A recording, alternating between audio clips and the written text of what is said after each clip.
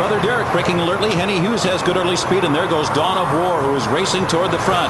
They cross over onto the main track, and Dawn of War to be the early leader. Sorcerer's Stone is in the early mix. So too is Henny Hughes. Private Bow. Brother Derek is 5 off the rail. Dr. Pleasure is 6 off the rail.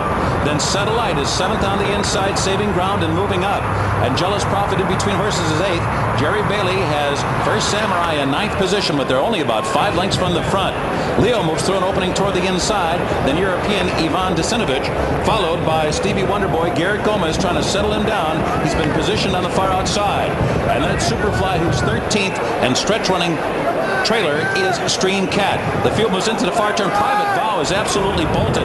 Private Vow is bolted to the extreme outside. The quarter went in 23 flat, the half in 45 and 3. The pace is strong, and it's Henny Hughes going head-to-head with Dawn of War. On the outside, Brother Derek, and here comes First Samurai now, and Jerry Bailey sends him up after the lead with 3 furlongs to go. Jealous Prophet's in between horses. Stevie Wonderboy is only 4 lengths from the lead with a quarter mile to go. Superfly sent through in between horses. Sorcerer's Stone is there. Private Bow is dropped back, and the field turns for home.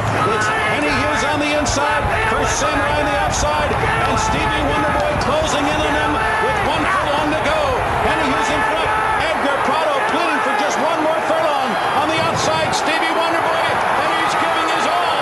A 6 feet from home. Henny Hughes, Stevie Wonderboy. Here's the wire, and Stevie Wonderboy won it by a length. And it looks like you got a good one on your hands here, because this horse is bred to run all day. He ran just like we prayed he would.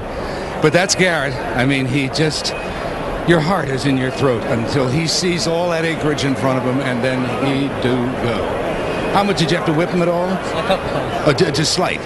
Don't hurt my horse. Well, you can do the interview. That'd be good. Here we go. And Garrett, we've talked about the problems you've had in the past, but the feeling you have to get today, riding a horse like this and overcoming all the problems, it was a great ride.